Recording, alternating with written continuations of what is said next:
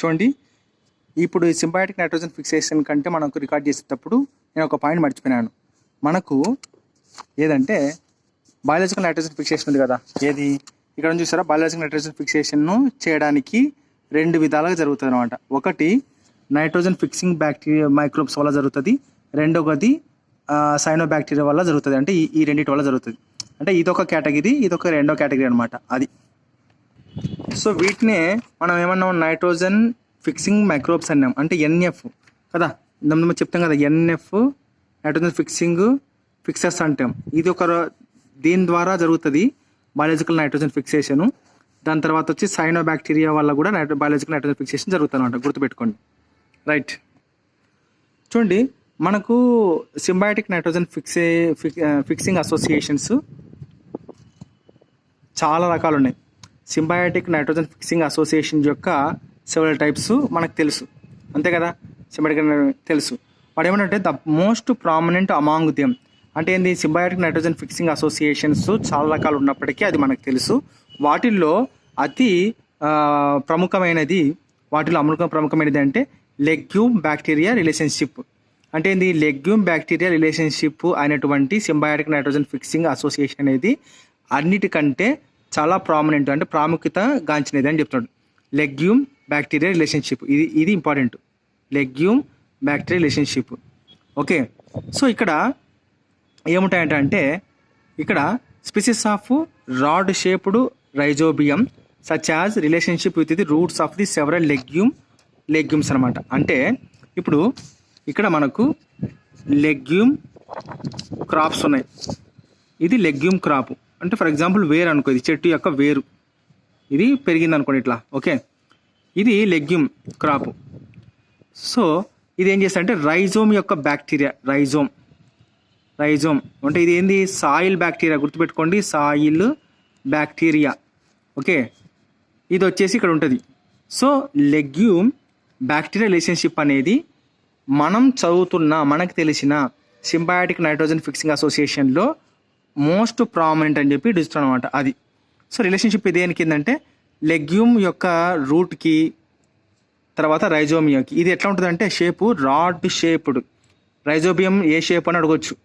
Okay, rhizobium ఏ shape అని అడగొచ్చు, ఏదంటే రాడ్ షేప్. గుర్తుపెట్టుకోండి, రాడ్ షేప్. Okay, right. ఇప్పుడు ఈ లెగ్యూమ్స్ క్రాప్స్కి కొన్ని ఉదాహరణలు ఇచ్చినాడు. ఏంది అంటే ఆల్ఫాల్ఫా, sweet clover, sweet pea, lenticels, garden pea, broad bean and clover bean. ఇవన్నీ కూడా లెగ్యూమ్ క్రాప్స్ అనమాట. అంటే ఈ లెగ్యూమ్ పంటలు ఉంటున్నాయి కదా, అంటే పలుసు ధాన్యాలు. ఇప్పుడు దీని వేర్లు చూసినా, దాని వేర్లు అన్ని చూసినా కూడా మనకు వాటి యొక్క వేర్లలో రైజోబియం అనేది, రాడ్ షేప్డ్ రైజోబియం అనేది కనబడుతుందని చెప్తున్నాడు. సో ఇవన్నీ కూడా లెగ్యూమ్ క్రాప్స్కి ఉదాహరణలు. గుర్తుపెట్టుకోండి, వెరీ వెరీ ఇంపార్టెంట్.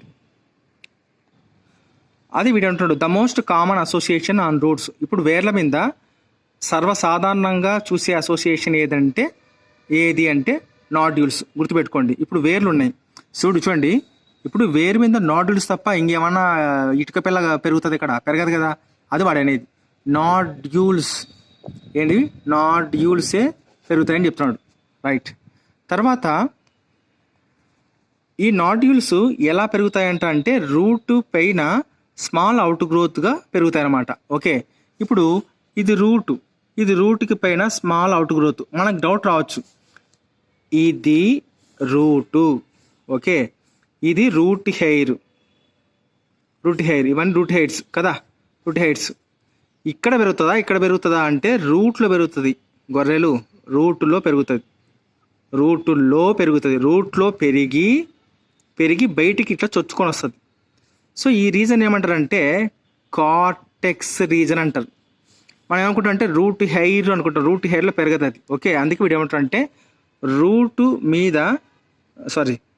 మీద స్మాల్ అవుట్ గ్రోత్. అంటే అవుట్ గ్రోత్ అంటే ఏందో ఇటు వచ్చి అతుక్కోదు. రూట్ హెయిర్ ద్వారా లోపలికి వెళ్ళి కార్టెక్స్ రీజన్లో బాగా డెవలప్ అయిన తర్వాత మనకు వాడు ఇప్పుడు చేయికి వడగులలో వేసినప్పుడు కొంచెం బయటకు వస్తుంది కదా, అట్లాగా బయటకు వస్తారన్నమాట. అది రూట్ హెయిర్లో కాదు, రూట్లో జరుగుతుంది దాని యొక్క గ్రోత్. అది కూడా కార్టెక్స్ రీజన్లో. ఓకే, గుర్తుపెట్టుకోండి, రూట్ లోపల కార్టెక్స్ ఉంటుంది. కార్టెక్స్లో పెరిగి పెరిగి పెరిగి బయటికి ఇట్లా వస్తుంది. దీన్నే అవుట్ గ్రోత్ అంటారు. అంతేగాని రూట్ హెయిర్ మీద కాదు. సో రూట్ హెయిర్ నుంచి లోపలికి వెళ్తుంది అంతే. ఈ రీజన్ని కార్టెక్స్ రీజన్ అని అంటారు. ఓకే, నాడ్యూల్స్ అక్కడ నుంచి ఫామ్ అవుతాయి. సో ఇంతసేపు మనం మాట్లాడుకుంది దేంట్లో అంటే లెగ్యూమ్ క్రాప్స్లో అలా జరుగుతుంది. ఓకే, లెగ్యూమ్ క్రాప్స్లో అలా జరుగుతుంది. మరి ఇది ఎంత ఓ రకం అయితే ఇంకో రకం ఉంది. నాన్ లెగ్యూమ్ క్రాప్స్లో కూడా, అంటే నాన్ లెగ్యూమ్ క్రాప్స్ అనేటువంటి ఆల్నస్ పంటలు దారుల వేర్ల మీద కూడా మనకేమైతే అంటే ఇవేంటివి అంటే నైట్రోజన్ ఫిక్సింగ్ నాడ్యూల్స్ అనేవి పెరుగుతాయి. స్టెమ్ నాడ్యూల్ కాదు ఇవి, నైట్రోజన్ ఫిక్సింగ్ నాడ్యూల్స్ పెరుగుతాయి. ఇక్కడ గుర్తుపెట్టుకోండి, ఇక్కడ రూట్ల మీదనే నాన్ లెగ్యూమ్ ప్లాంట్స్ యొక్క రూట్స్ మీద పెరుగుతుంది. ఈడ కూడా లెగ్యూమ్స్ యొక్క రూట్స్ మీద పెరుగుతారు అన్నమాట. గుర్తుపెట్టుకో, ఇక్కడ కూడా నాడ్యూల్సే. ఇక్కడ స్టెమ్ అనుకోవద్దు, ఇది రూటే ఓకే, ఇది రూటే గుర్తుపెట్టుకోండి. Very very important point. దీనికి ఎగ్జాంపుల్ ఆల్నస్. ఎందుకు ఇక్కడ అంటే నాన్ లెగ్యూమినస్ ప్లాంట్ అంటే నాన్ లెగ్యూమినస్ ప్లాంట్ ఎగ్జాంపుల్ ఆల్నస్. దీనికి తర్వాత బ్యాక్టీరియా. మామూలుగా ఇక్కడ ఏమని చెప్పినా మనం రైజోబియం పెట్టినాం కదా, ఈ రైజోమ్ బదులు ఇక్కడ ఏమొస్తుందంటే ఫ్రాంకియా వస్తుంది. ఫ్రాంకియా వచ్చి రూట్ నాడ్యూల్స్ని వేస్తుంది. సో ఇది కూడా రూటే. ఓకే, ఇది కూడా రూటే గుర్తుపెట్టుకోండి, ఇది కూడా రూటే.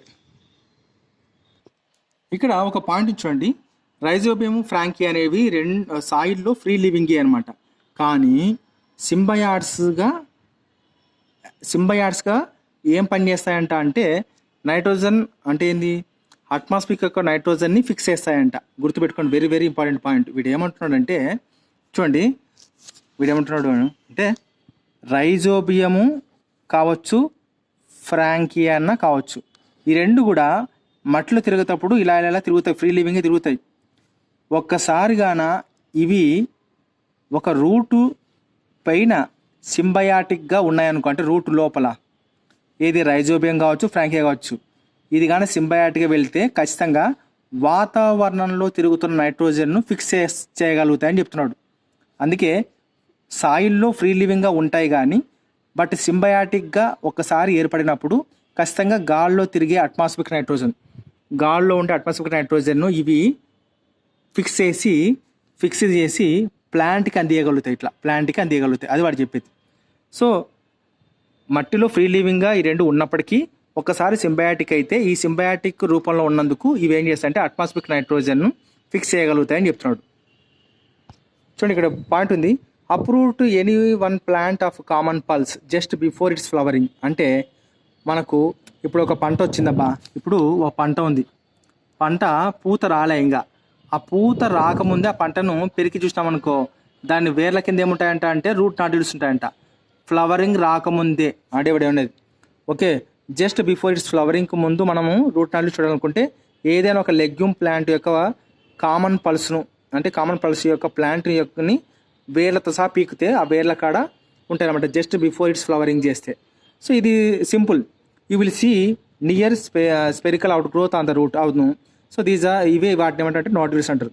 So if you cut through them you will notice that the central portion is red. అంటే ఏంది, రూట్ నాడ్యూల్ గాన మనము కట్ చేస్తే లోపల రెడ్ కానీ పింక్ కానీ ఉంటుంది అనమాట. రెడ్ కానీ పింక్ కానీ ఉంటుంది, వాడది చెప్పేది. So which makes the nodule pink.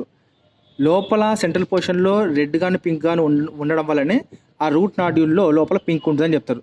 ఇది ఎందుకు జరుగుతుంది అంటే ఈ పింక్ అనేది ఎందుకు వస్తుందంట, ఎందుకంటే this is due to the presence of leguminous haemoglobin are leg haemoglobin.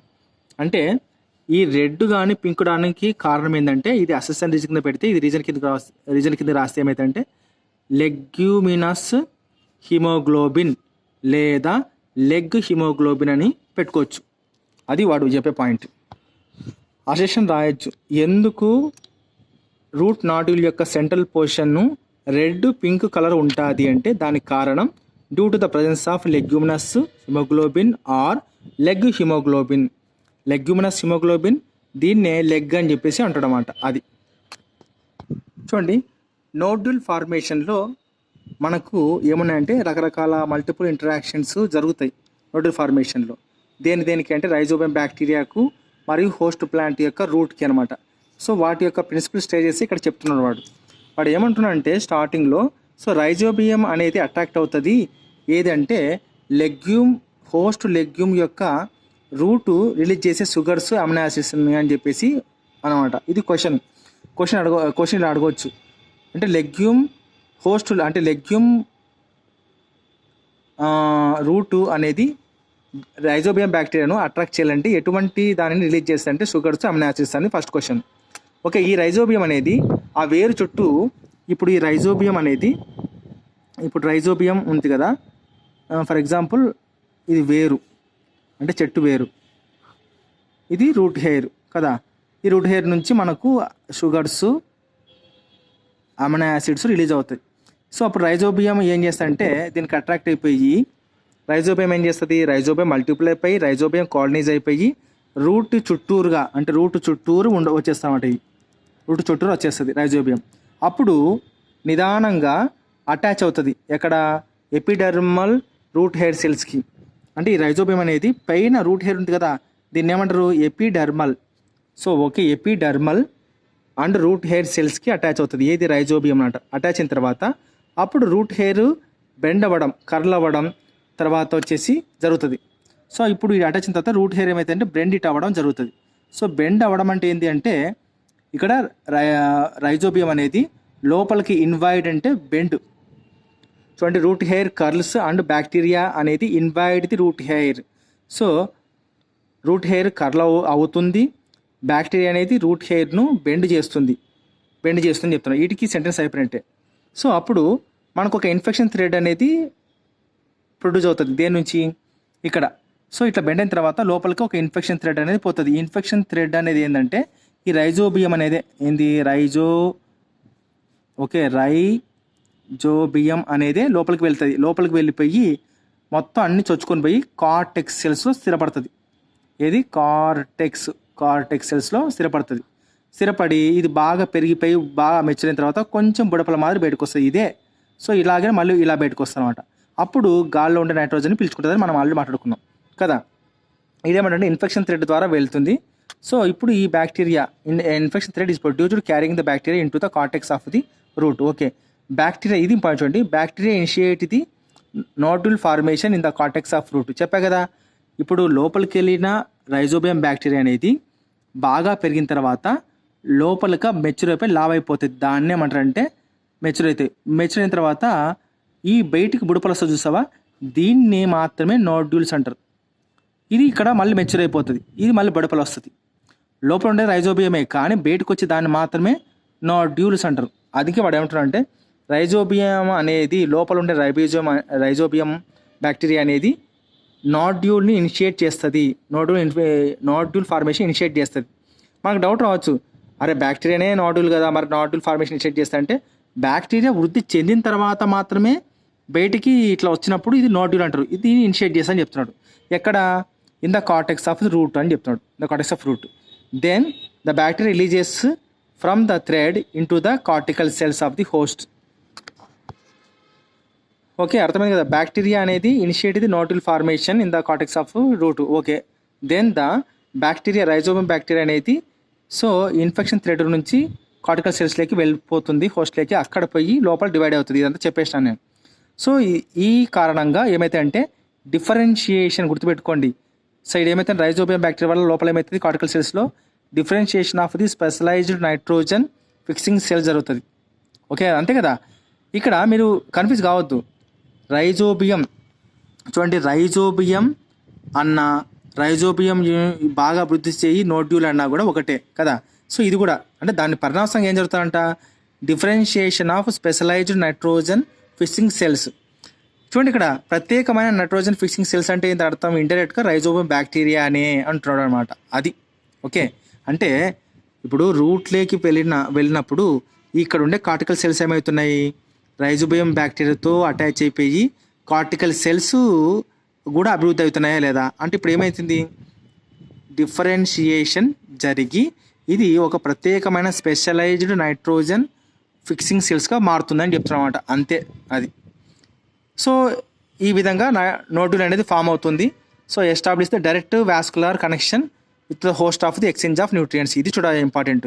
Okay, ఇది ఇంపార్టెంట్ నేను చెప్పేది. ఇది లోపలికి వెళ్ళిన బ్యాక్టీరియా పెరిగిన తర్వాత ఇక్కడికి ఇట్లా బొడపై మాదిరి వచ్చి ఉండిపోతుందా లేదా, మళ్ళీ ఇక్కడ కూడా డెవలప్ అవుతుంది బాగా. ఇప్పుడు ఇది బయటకు వచ్చి ఉబ్బుకొని ఇట్లా బయటకు వస్తుంది కదా. ఇవి వచ్చినప్పుడు ఎప్పుడైతే మనకు నోడ్యూల్ అనేది ఫామ్ అయిందో అప్పటి నుంచి మనకి ఏమవుతుందంటే direct vascular system, direct vascular connection ఏర్పడుతుంది. అంటే ఏంది నైట్రోజన్ అనేది డైరెక్ట్గా తీసుకుంటుంది, లోపల ప్లాంట్కి పైకి పంపిస్తుంది. మళ్ళీ నైట్రోజన్ అట్మాస్ఫియర్ నుంచి సాయిల్ నుంచి తీసుకుంటుంది, డైరెక్ట్గా పంపిస్తుంది అనమాట. అందుకే దీని ఏమంటే direct vascular connection, direct vascular connection అన్నాడు.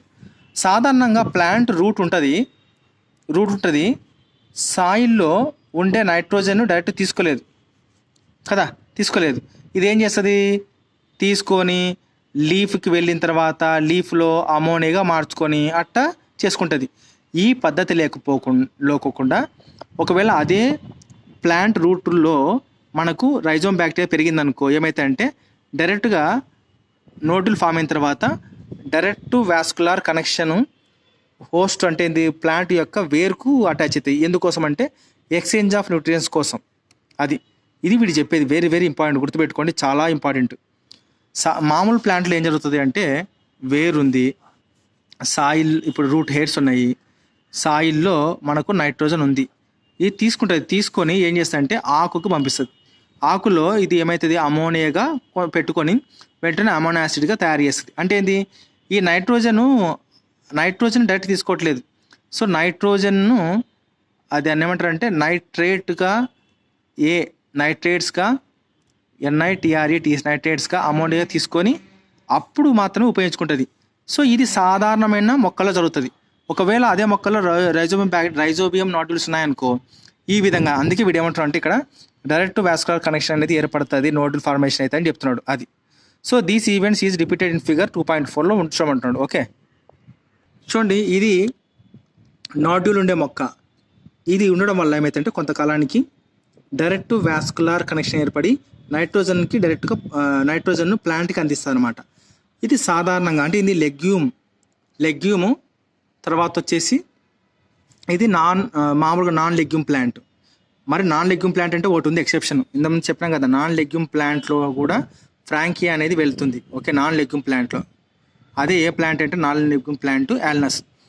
మనకు డౌట్ రావచ్చు, ఇప్పుడు లెగ్యూమ్ ప్లాంట్స్ ఇవన్నీ చెప్పినాం, ఇవన్నీ లెగ్యూమ్ ప్లాంట్సే. ఇవి కాకుండా మిగతావన్నీ నాన్ లెగ్యూమ్ ప్లాంట్సే. కానీ వాడు ఏమంటున్నాడు, ఇవన్నీ నాన్ లెగ్యూమ్ అయినప్పటికీ యాల్నస్ అనే యాల్నస్ అనే ప్లాంట్ ఉంటుంది, ఇది నాన్ లెగ్యూమ్ కదా. ఇవన్నీ నాన్ లెగ్యూమ్, ఇవన్నీ మనకు సంబంధం లేదు. ఈ నాన్ లెగ్యూమినస్ ప్లాంట్ అనేది ఒకటి ఉంది, దాంట్లో ఫ్రాంకీ అని వెళ్తుంది, అప్పుడు రూట్ నాట్లు ఫామ్ అవుతుందని చెప్తున్నాడు ఇక్కడ. అది అంతేగాని అన్ని నాన్ లెగ్యూమినస్ ప్లాంట్లకి కాదు, ఈ ప్లాంట్లో మాత్రమే. ఇది కూడా ఒక నాన్ లెగ్యూమినస్ ప్లాంటే కదా, అది వాడు చెప్పేది. ఇప్పుడు చూడబ్బా, ఇవన్నీ నాన్ లెగ్యూమినస్ ప్లాంట్సే. అంత మాత్రాన అన్ని ప్రధాన కాటికి ఫ్రాంకే వెళ్ళి రూట్ నాడ్యూల్ ఫామ్ కావద్దు. ఎక్కడైతే నాన్ లెగ్యూమినస్ ప్లాంట్ అనే ఒక యాల్నస్ ఉందో దాని కాటికి వెళ్ళి ఫ్రాంకియా పోయి రూట్ నాడ్యూల్ ఫామ్ అవుతుంది అని చెప్తున్నాడు. అది ఒక ఎక్సెప్షన్. సో ఇది నాన్ లెగ్యూమినస్ ప్లాంటే అయినప్పటికీ నైట్రోజన్ను మట్టిలో డైరెక్ట్గా తీసుకోలేదు. ఓకే, సో ఇట్లా ఉందనుకో మనకు ఏమవుతుందంటే direct vascular connection with the host for exchange of nutrients జరుగుతుంది అనమాట. సో డైరెక్ట్ వాస్కులర్ కనెక్షన్ దేని వల్ల ఏర్పడుతుంది, నోడ్యూల్ ఫార్మేషన్ వల్ల ఏర్పడుతుంది. ఎందుకోసం అంటే ఎక్స్చేంజ్ ఆఫ్ న్యూట్రిషన్స్ అక్కడ నుంచి స్టార్ట్ అవుతుంది అని చెప్తున్నాడు. రైట్.